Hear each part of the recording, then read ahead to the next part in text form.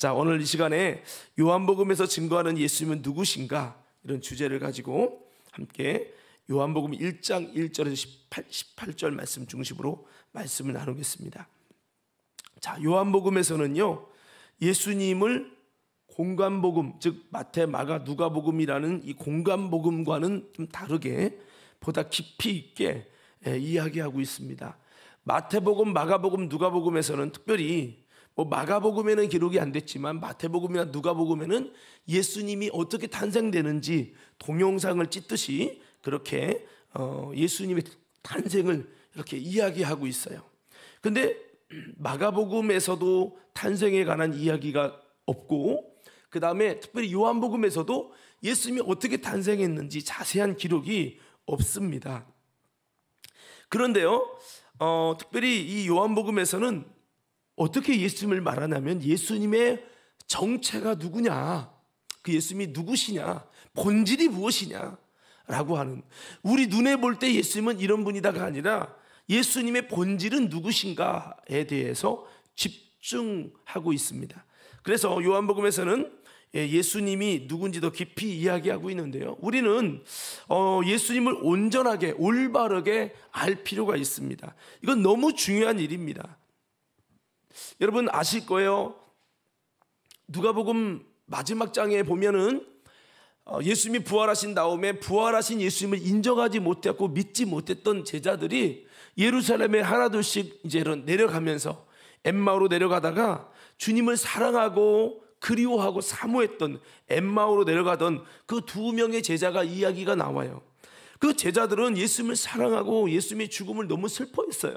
그런데 문제는 뭐냐면 감정은 있는데 그 예수님이 누군지 물어봤더니 선지자 중에 한 명이라고 얘기를 해요. 다 좋은데 거기서 찬물을 켠 듯 좀 이상한데 고개가 저어지는, 예수님을 그리스도로 아는 것이 아니고 선지자 중에 한 명, 성인군자처럼 알고 있었다는 것은 참으로 안타까운 모습이죠.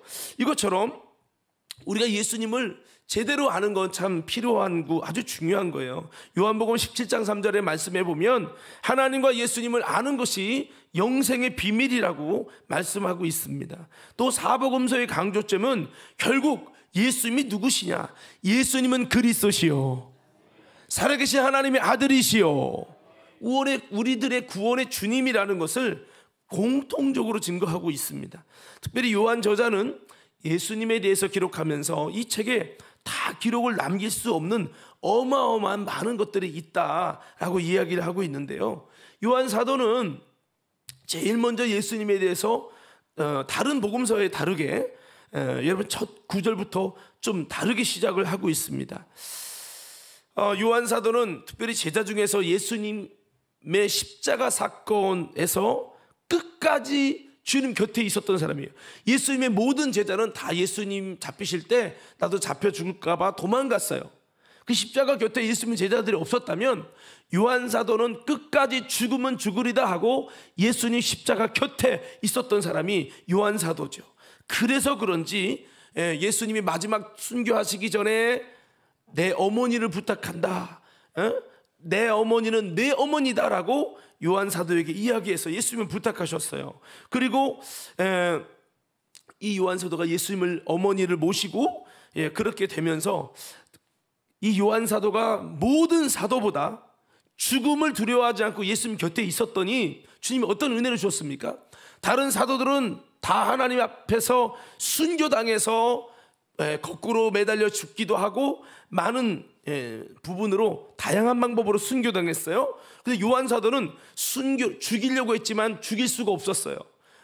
사약을 줘도 안 죽고 칼로 목을 쳐도 안 죽고 진짜 기가 막힌 기적 같은 역사가 일어나서 안 됐단 말이야. 말하자면 아니 목사님 칼로 목을 내려치면 당연히 죽지 왜 안 죽습니까? 이성적으로 생각하면 그렇잖아요. 근데 생각해 보세요.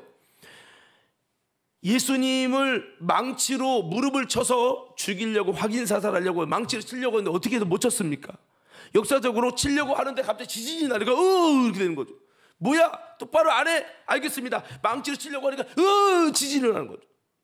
그리고 지진이 막 일어나면서 난리가 일어나니까 창을 던져서 빨리 확인 사살해서 창으로 옆구리를 딱 찔러서 심장을 관통하면서 피가 물이 다 쏟아지죠. 그래서 결국 역사적 기록에 예수는 다른 옆에 강도는 다 무릎을 쳤는데 예수만 무릎을 치지 못했어요. 뼈가 꺾이지 않았어요. 이것은 기록된 성경의 레위기의 말씀을 성취하기 위함이라고 말씀하고 있어요. 여러분 이것처럼 여러분 요한 사도를 목을 치려는데 갑자기 막 난리가 나는 거죠. 이 사형 집행을 못하는 거예요. 이런 일이 일어나서 결국에는 요한 사도를 어디에 가둡니까? 반모섬에 가두죠. 그곳에서 요한계시록을 기록하는 놀라운 성경의 완성이 이루어지면서 신약성경 27권이 완성되고 성경 66권이 완성돼서 여러분 놀라운 하나님의 계시의 책을 완성하게 하는 사도가 이 요한 사도죠. 참 위대한 사도이고 요한 서신이 그래서 AD 90년, 95년 정도에 지어졌다고 여러분 그렇게 추정하고 있는데 모든 신약 성경 서신 중에 제일 마지막 연도에 지어진 것이 요한 서신입니다. 이 정도로 요한 이 사도는 참 주님의 사랑하시는 제자라고 기록하고 있는데 그 예수님의 12사도 중에서 제일 많은 사도들 중에서는 제일 많은 신약 성경을 기록하게 된 저자가 되는 은혜를 입었던 사람입니다. 그가 예수님을 더 깊이 만나면서 누구보다도 깊이 알게 되면서 그 요한 사도가 예수님을 뭐라고 증거하고 있느냐, 그것이 바로 오늘 1장에 아주 여러분 집중적으로 기록이 되어 있어요. 우리는 이 말씀을 통해서 예수님을 올바로 알고 온전히 알고 제대로 그를 믿을 수 있는 저와 여러분들이 다 되시기를 예수 이름으로 축원합니다. 예수님의 탄생에 대한 스토리를 아는 것도 중요하지만 그 예수님이 정말 누구신가, 스토리를 알면 뭐해? 그 어머니가 마리아고 요셉이 아버지고 뭐 그가 어떻게 태어났고 그 상황이 어떻게 됐다, 그거 알면 뭐해? 예수가 누군지 모르는데 그러면 말짱 도루묵이잖아요. 그래서 요한 사도는 예수님이 누구신가 이 부분에 집중을 했어요. 자, 그렇습니다. 우리는 이 부분을 한번 점검해 보려고 합니다. 자, 우리 1절부터 3절까지 한번 요한 사도가 증거하는 예수님에 대해서 한번 나눠봅시다. 1절부터 3절입니다. 시작. 주의 말씀이 계시니라. 이 말씀이 하나님과 함께 계셨으니 이 말씀은 곧 하나님이시니라. 그가 태초에 하나님과 함께 계셨고 만물이 그로 말미암아 지은 바 되었으니 지은 것이 하나도 그가 없이는 된 것이 없느니라. 아멘. 자, 여기 보니까 예수님은 어떤 분이야? 말씀이신 창조주 하나님이시다. 자, 태초에 뭐가 계셨어요? 말씀이 계셨어요. 우리가 생각하는 이 말씀, 기록된 말씀 이렇게만 생각하지 마시고 이것은 말씀의 일부적인 모습이에요. 여러분, 하나님은 이 성자 하나님은 말씀이셨는데 말씀이신 하나님이 육신을 입은 거죠. 할렐루야. 그래서 말씀이신 하나님이 육신을 입고 이 땅에 오셨다. 그래서 14절에도 말씀이 육신이 되어 우리 가운데 거하심에 우리가 그의 영광을 보니 아버지의 독생자의 영광이 은혜와 진리가 충만하더라. 말씀이신 하나님이 말씀으로 세상을 지었는데요, 이 세상을 말씀으로 지으신 그 말씀이신 하나님이 이 땅에 육신을 입어서 오신 것이 바로 여러분 성육신이라고 표현하고요, 그 말씀이신 주님은 누구냐? 창조주 하나님이시다. 그래서 말씀이신 주님이 말씀이 없이는 이 땅에 지어진 것이 없다. 다 만물이 그로 말미암아 지어졌고 그가 없이는 된 것이 하나도 없다고 말씀하고 있어요. 그렇습니다. 예수님의 정체를 가장 먼저 하나님의 아들이라고도 표현할 수 있고 예수님의 정체를 진리라고 표현할 수도 있겠지만 요한 사도는 제일 먼저 가장 중심되는 부분으로 예수님이 누구냐? 그러면 여러분들이 주님은 말씀이시다 외치는 거예요. 자, 예수님이 누구라고요? 주님은 말씀이시다. 자, 이번에는 말씀만 외쳐보세요. 예수님이 누구라고요? 다시, 예수님의 본질이 무엇이라고요? 우리는 뭐만 기억합니까? 육체로 오신 예수, 인간의 얼굴과 그분의 업적과 그분의 목소리와 이것만 기억하려고 해요. 이건 어차피 사라지는 거예요. 수천 년대가 지나면 사라지는 거예요. 예수님의 본질은 그것이 아니고 예수님의 본질은 말씀이시고 그 말씀이신 예수였다는 거죠. 동시에 주님은 말씀으로 이 세상을 지으신 창조주 하나님이십니다. 창조주, 이 세상이 지어지기 전부터 말씀으로 존재하신 하나님이십니다. 그가 이 세상을 말씀으로 지으셨고 이 세상은 그가 없이는 된 것이 하나도 없어요. 모든 세상이 말씀으로 지어졌고 말씀대로 지어졌기 때문에 이 세상은 모두 말씀대로 운영된다는 사실을 깨달으시기 바랍니다. 할렐루야. 자, 저를 보세요. 모든 세상의 재료가 뭐라고요? 말씀대로 지어졌어요. 그렇기 때문에 이 세상은 무엇대로 움직여진다고요? 말씀대로 움직여지고 말씀의 명령을 받을 수밖에 없는 거죠. 말씀을 이탈하면요, 우리는 고난과 저주와 심판을 받지만 말씀대로 따라가면 복과 은혜와 천국의 상급을 받게 되는 것을 기억하길 바랍니다. 말씀을 인정하는 것은, 말씀을 따라가는 것은 말씀이신 예수를 인정하며 따라가는 것임을 꼭 잊지 마시길 바랍니다. 처음에 인간 아담과 하와가 말씀을 저버림으로 멸망하게 되었잖아요. 선악과를 먹지 말라고 했는데 먹어가지고 말씀을 저버림으로 멸망하게 되었지만, 둘째 아담이신 예수님은 이 땅에 오셔서 이 말씀에 순종함으로 인해서 우리에게 구원을 주시게 됐고, 지금도 그 말씀을 믿고 따르는 자들에게 구원을 선물로 주십니다. 그래서 예수님은 우리 인간이 말씀을 불순종해서 사망이 이르게 한 문제를 예수님의 말씀에 순종하심으로 우리에게 생명이 이르게 했다는 거예요. 그래서 말씀에 무너진 것을, 말씀의 그 무너진 언약을 회복시키신 분이 예수님이세요.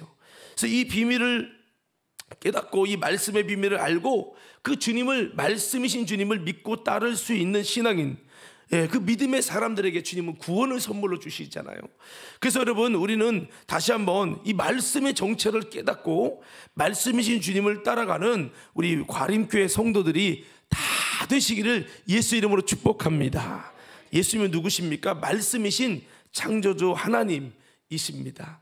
따라서 말씀을 우대하고 말씀을 믿고 따라가며 그 주님과 함께 살아가는 우리가 될 때, 이것은 주님의 기쁨입니다. 성경에 보면 예수님이 이 땅에 오신 것이 하늘에는 영광이고 땅에서는 기뻐하심을 입은 자들에게 평안이라 그랬어요. 누구에게 평안이야? 그 예수는, 이게 여러분, 땅에서 기뻐하심을 입은 자예요. 그러니까 우리가 그냥 교회 다니고 예수님이 죽었으니까 우리는 기쁘다, 구주 오셨네, 성탄절, 이게 아니고요. 기뻐하심을 입은 자라는 것은 바로 이렇게 예수님이 말씀이시라는 사실을, 이것을 깨닫고 말씀을 우대하고 말씀을 믿고 따라가서 구원에 이르게 되는 그런 사람들이 누굽니까? 주님의 기뻐하심을 입는 자고, 이렇게 주님의 기뻐하심을 입는 자가 될 때 저와 여러분에게 하나님과 원수된 것이 아니라 하나님과 화평을 이루고 평화가 이루어지는 것을 믿으시기 바랍니다. 그래서 이 성탄이 기뻐지려면 막 그러죠. 기쁜 성탄 되세요. 이게 메리 크리스마스인데, 메리 크리스마스 기쁜 성탄 되려면 바로 예수님이 누군지를 알고 예수님을 만날 수 있어야 되는데, 그 예수님이 누구냐? 말씀이라는 거예요. 말씀이신 주님을 내가 인정하고 믿고 따르게 될 때 우리는 하나님이 기뻐하시는 사람이 되어지고 기쁜, 여러분, 하나님의 평화가 일어나게 되는 거죠. 그래서 우리는 이렇게 주님의 말씀에 순종함으로 하나님의 구원에 이르는 모두가 되기를 예수 이름으로 축원합니다. 그래서 우리가 말씀을 따르는 것은 말씀이신 예수님을 따르는 거예요. 지금도 예수님은 자신의 본질대로 말씀으로 우리에게 임하시고 말씀으로 우리에게 교제하시려고 다가오신다는 거예요. 자, 박수 3번 시작. 말씀으로 오시는 예수님을 내가 거절하고, 예수님 사모합니다, 예수 우리 왕이야, 이곳에 오소서, 다 말씀이신 예수 거절해놓고 오소서 하면 안 되는 거죠. 말씀이신 주님이 엠마오로 가는 제자들에게 나타난 것처럼 말씀으로 주님이 내게 찾아오셔서 교제하자고 이야기하자고 하니까 예수님 가세요 해놓고서는 예수여 오소서 한다면 이중적인 거 아닙니까? 오늘 주님은 말씀이시기 때문에, 그 본질이 말씀이기 때문에 지금도 우리에게 말씀으로 상관하시려고 다가오신다는 거예요. 말씀 시간에 주무시는 분들은 예수를 거절하는 거예요. 왜 그렇습니까? 예수님이 바로 말씀이시기 때문에. 성탄하신 예수님은 말씀이 육신이 되어 이 땅 가운데 오신 주님의 모습임을 꼭 기억하기를 바랍니다. 말씀을 우리가 쫓아 행함으로, 믿고 따름으로 인해서 말씀이신 예수님과 우리가 하나가 되고 말씀이신 주님의 사랑을 받게 된다는 거죠. 예수님은 다시 말씀하지만 말씀이십니다. 우리는 이 말씀을 외면하여 이 땅에 오신 예수를 거절하고 영접하지 않았던 그 이스라엘과 다르게 여러분 우리가 되어져야 되고, 그래서 말씀을 기뻐하고 주님을 환영하며 지금도 주님과 함께하는 그런 저와 여러분의 인생이 돼서, 말씀이신 예수님이 이 땅에 오셨을 때 자기 백성은 거절했고 외면했고 영접하지 않아서 주님은 있을 곳이 없어서 사실은 구유에 누이시는 비참한 여러분 첫 출발이 됐잖아요. 오늘 저와 여러분들은 말씀이신 주님을 환영하는 우리 모두가 되기를 예수 이름으로 축원합니다. 바로 이것이 저와 여러분의 믿음의 고백이 됐으면 좋겠어요. 말씀으로 창조하신 예수님은 지금도 말씀으로 일하시고 말씀으로 지금도 재창조의 역사를 이루어가시는 분이심을 기억하길 바랍니다. 이 말씀이 닿는 곳마다 소생되고 그 말씀이 하나님의 역사와 함께 일하시게 된다는 것을 기억하길 바랍니다. 따라서 말씀은 곧 하나님이시니라 라고 하는 이 믿음을 가져야 돼요. 한번 따라 해볼까요? 말씀은 곧 하나님이십니다. 여러분 믿으십니까? 이 말씀이 하나님이시라는 것이 여러분 가운데 믿음이 되어지길 원해요. 그래서 말씀 안에 살아계신 하나님의 역사를 경험하고 말씀 안에 예수 그리스도를 인격적으로 만나는 이번 성탄절이 되기를 예수 이름으로 축원합니다. 자, 두 번째는요, 4절 5절 한번 읽어볼게요. 4절 5절입니다. 시작.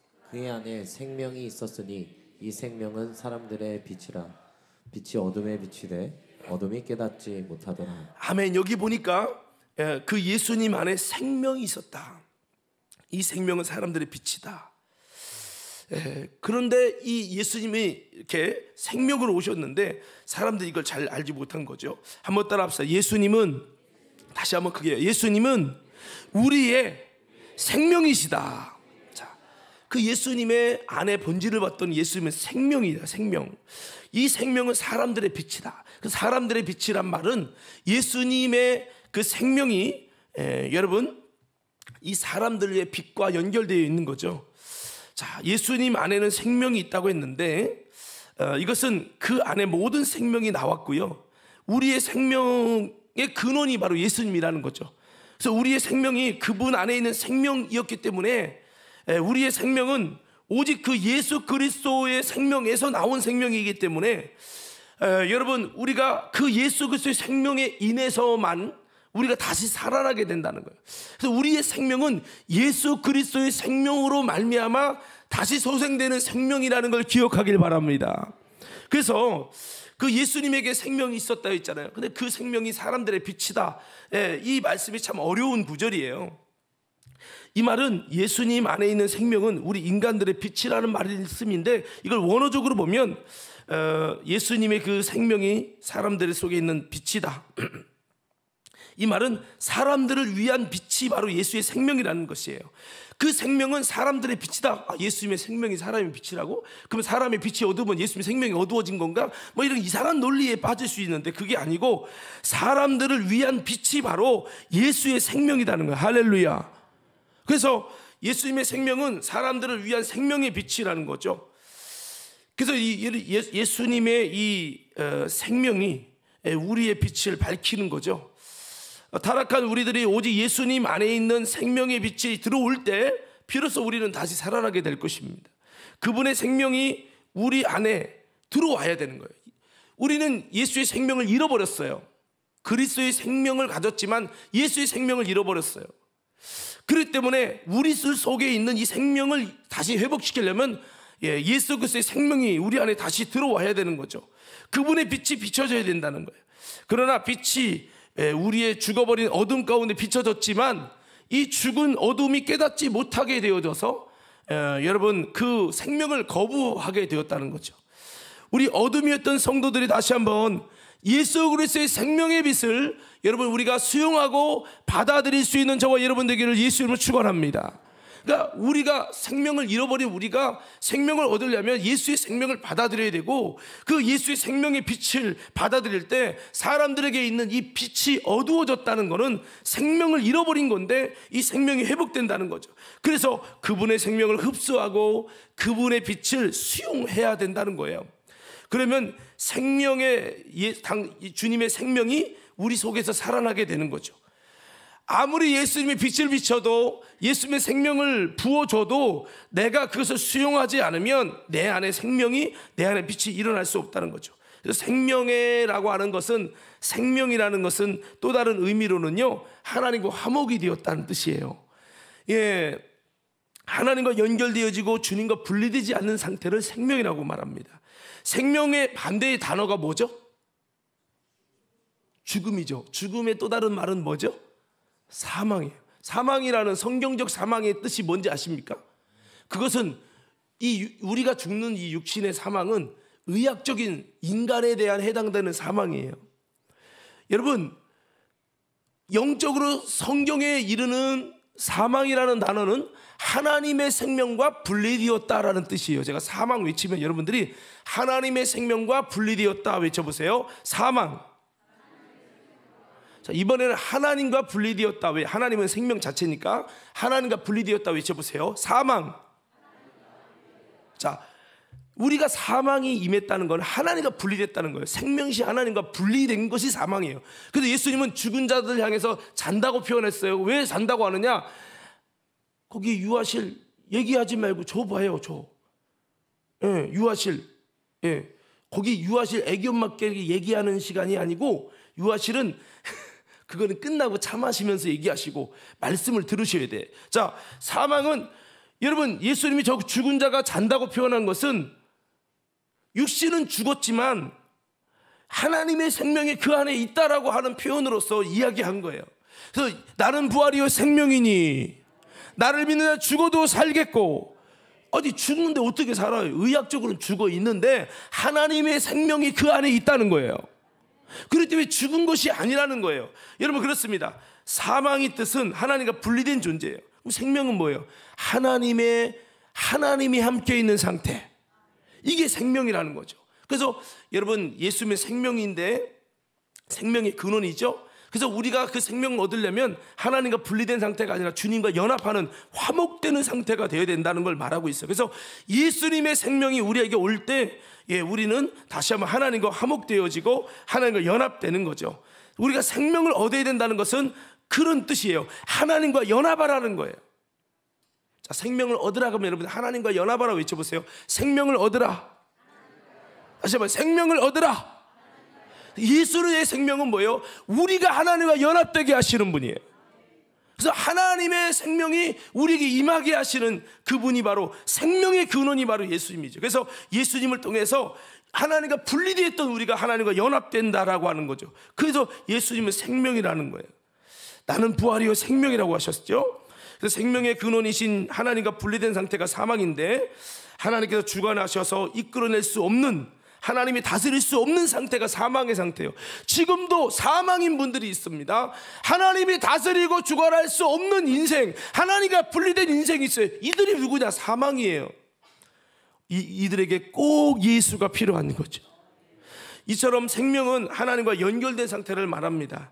하나님이 함께 하시고 책임지시는 상태, 하나님의 생기가 들어가 있는 상태, 하나님이 다스릴 때 다스려질 수 있는 상태, 이것이 바로 생명의 상태예요. 오늘 이 상태는 뭐냐? 예수님이 주인 되셔서 예수님이 계심으로 하나님과 연결될 수밖에 없고 하나님의 통치가 이루어질 수밖에 없는 상태가 생명의 상태니, 우리 모두 예수의 생명을 소유하셔서 여러분, 주님과 연합하는, 하나님과 연합되는 살아있는 상태 될 수 있기를 예수님은 축원합니다. 여러분, 아론의 쌍난 지팡이 아시죠? 아론의 지팡이가, 하나님의 이 지팡이는 이미 뿌리가 없고 썩어버린 거, 너무 굳어진 거 아닙니까? 생명이 없는 거 아닙니까? 지팡이에 어떻게 꽃을 핍니까? 안 되죠. 그런데 하나님의 생명이 그 지팡이에 임하니까 그 땅에 뿌리를 내리지 않았는데, 그 지팡이, 메마른 나무에서 하나님의 생명이 싹이 나고 꽃이 피어지고 열매가 맺혀지고 역사가 일어났어요. 이것은 하나님의 생명의 비밀을 말하는 거예요. 아무리 마른 뼈 같고 아무리 죽은 자 같아도 예수 그리스도의 생명이 임하면 하나님과 연결되는 놀라운 생명이 탄생되고 열매 맺는 역사도 일어나서 생명력 있는 신앙생활이 된다는 걸 꼭 기억하기를 바랍니다. 그래서 아론의 쌍난 지팡이처럼 생명이신 예수님이 함께 하시면 우리는 다시 살아난 생명의 존재가 돼서 하나님과 소통할 수 있는, 하나님의 다스림 받을 수 있는, 주님과 내가 함께 할 수 있는, 하나님과 동거할 수 있는 인생이 된다는 거죠. 이런 생명이 꼭 저와 여러분 가운데 이 성탄절에 임할 수 있게 되기를 예수님으로 축원합니다. 한번 이렇게 외쳐볼까요? 예수님, 내 안에 생명으로 임하여 주십시오. 나는 하나님을 끌어들일 자격 없어요. 나는 하나님이 나와 함께하게 할 자격이 없어요. 나는 열매 맺을 자격 없지만 예수님만 계시면 예수님을 통해서 하나님이 나와 연합되어지고 하나님의 통치받는 생명력 있는 아론의 쌍난 지팡이는 우리들의 모습을 드러내고 있는 거예요. 지팡이, 죽은 지팡이 같지만 주님의 생명이 임합니까? 바로 이렇게 쌍난 열매 맺는 신앙이 된다는 거죠. 그렇습니다. 오늘 생명이신 예수, 우리에게 생명으로 보내신 예수님을 꼭 믿으시고 하나님의 생명이 저와 여러분 모두에게 임하기를 예수 이름으로 축복합니다. 그래서 성탄은 예수님의 생명이 우리 안에, 그분의 생명이 임함으로 우리 안에 생명이 시작되는 절기가 되어야 합니다. 아무리 캐롤과 성탄절 노래를 부르고 이 성탄절 기쁘게 선물을 주고 지낸들 생명이신 예수가 우리 안에 연합되지 않는다면, 생명이 부어지지 않는다면 우리는 기쁜 성탄이 될 수 없습니다. 따라서 생명이신 예수님이 우리 안에 오시도록 해야 된다는 거죠. 근데 예수님이 올 수 없는, 태훈이 좀 깨요. 똑바로 앉아. 졸지 말고요. 제 아들이에요. 알죠? 졸리면 일어나 있어요. 자, 창세기 6장 2절에서 9절 말씀에 보면 주님의 생명이 임해야 되는데 철수하고 떠나버리고 싶은 사람이 있어요. 어떤 사람인지 보세요. 2절부터 한번 읽겠습니다. 시작. 하나님의 아들들이 사람의 딸들의 아름다움을 보고 자기들이 좋아하는 모든 여자를 아내로 삼는지라. 여호와께서 이르시되 나의 영이 영원히 사람과 함께하지 아니하리니 이는 그들이 육신이 됨이라. 그러나 그들의 날은 120년이 되리라 하시니라. 당시에 땅에는 네피림이 있었고 그 후에는 하나님의 아들들이 사람들의 딸에게로 돌아와 자식을 낳았으니 그들은 용사라 고대의 명성이 있는 사람들이었더라. 여호와께서 사람의 죄악이 세상에 가득함과 그의 마음으로 생각하는 모든 계획이 항상 악할 뿐임을 보시고 땅 위에 사람 지으셨음을 한탄하사 마음에 근심하시고 이르시되 내가 창조한 사람을 내가 지면에서 쓸어버리되 사람으로부터 가축과 기는 것과 공중의 새까지 그리하리니 이는 내가 그것들을 지었음을 한탄함이니라 하시니라. 그러나 노아는 여호와께 은혜를 입었더라. 이것이 노아의 족본이라. 노아는 의인이요 당대의 완전한 자라. 그는 하나님과 동행하였으며. 아멘. 여기 보면은 하나님의 신이 인간과 함께하지 않겠다. 이유는 뭐냐? 그들이 육신이 됐다 그러고 말합니다. 육신이 됐단 말은 우리 인간은 누구냐? 영육의 존재예요. 극호의 생기를 보여 사람의 생령, 살아있는 영이 됐다고 했어요. 인간은 살아있는 영이 함께하는, 하나님의 신이 함께하는 영적 존재인데 영적 존재를 다 집어치우고 육으로만 사는 거야. 육신이 원하는 대로 하나님이 원하는 말씀과 하나님이 원하는 뜻을 다 제껴버리고 내가 하고 싶은 대로만 사는 거예요. 이것이 바로 육신이 됐다는 말이에요.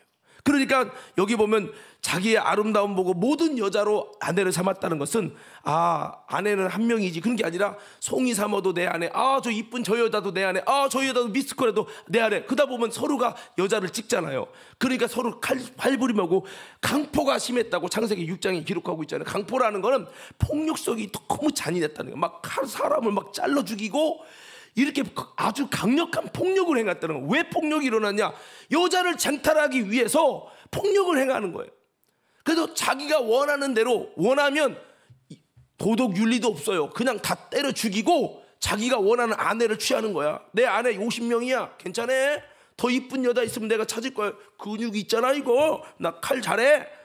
그냥 무자비하게 하는 거야. 그래서 성경의 창세기 6장에 강포가 충만했다. 이것도 엄청난 폭력적이었다는 거예요. 사람이 잔인할 만큼 폭력적이었다는 거예요. 이 폭력이 어디서 왔느냐? 육신이 된 거예요. 육체로만. 영적 기능이 다 상실되고. 여러분 그렇습니다. 이 생명은 누구에게 오느냐? 육체가 되면 안 돼. 더 크게 아멘. 뭐가 되면 안 된다고요? 지금 육체가 된 사람은 주무셔. 아무 상관없어. 잘 거야. 집에서는 여러분 안 자고 여기서 자는 거야. 여러분 우리는 영적 존재로서 영적인 활동을 하셔야 됩니다.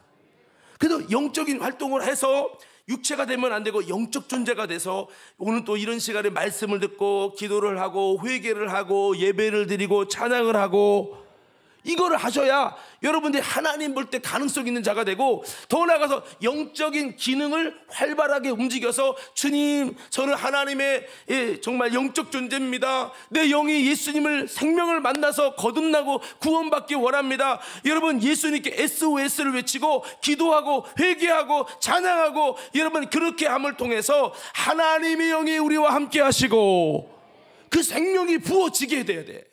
생명이 부어져야 되는 거예요. 그러나 창세기 6장에 노아 홍수의 심판이 일어나기 전에 사람들은 거의 다가 바로 노아의 가족 빼고는 다가 육신이 된 거예요. 육신적으로 잔인하고 폭력적이고 하나님이 원하는 영적인 생명이 임할 수 없는 하나님과 동행할 수 없는 하나님의 신이 떠난 상태, 하나님이 다스릴 수 없는 상태, 하나님의 통제 불가능한 상태로 되었다는 거예요. 그게 육신이 됐다는 거예요. 이렇게 돼버리면 하나님의 생명이 임할 수 없어요. 여러분 즐거운 성탄 되세요. 예수님 생명이여 오소서. 안 가. 아무 집이나 안 가요. 이렇게 예수님의 영적 기능을 다 거부하고 내 맘대로 육신대로 사는 삶은 하나님을 버려두는 거예요. 그래서 저들이 하나님을 마음에 두기 싫어하며 그 상실한 마음대로 내어버려 두셨으니 그들이 하나님의 기뻐하지 않는 것들을 행하게 합니다. 그래서 불의와 음란과 여러분 모든 타락을 다 일삼아도 하나님이 내버려 두는 거예요. 하나님이 아무개야 너 그러면 안 돼 이렇게 해주면 하나님 좀 믿겠는데 하나님이 나타나서 은비야 너 그러면 안 돼 이러면 좀 하나님 계시구나 할 텐데 그런 말을 안 하셔요. 육신적으로만 살려가고 영적 기능을 다 폐기 처분해버리니까 하나님이 내비둔다는 거예요. 그렇게 망하도록 내비둔다는 거예요. 우리는 망하도록 내버려 두는 존재가 아니라 하나님이 찾아와서 고쳐쓰고 용서하고 다시 회복시킬 수 있는 그런 존재가 되기를 예수님은 축원합니다. 비결이 뭐냐? 따라합시다. 영적 존재가 되어야 됩니다. 영적인 기능을 여러분 움직이셔야 된다는 거예요. 기도하기 싫고 찬양하기 싫고 회개하기 싫고 말씀 듣기 싫고 죄 짓는 건 왜 이렇게 잘 들리는지 몰라? 그러면 여러분 망하는 거예요.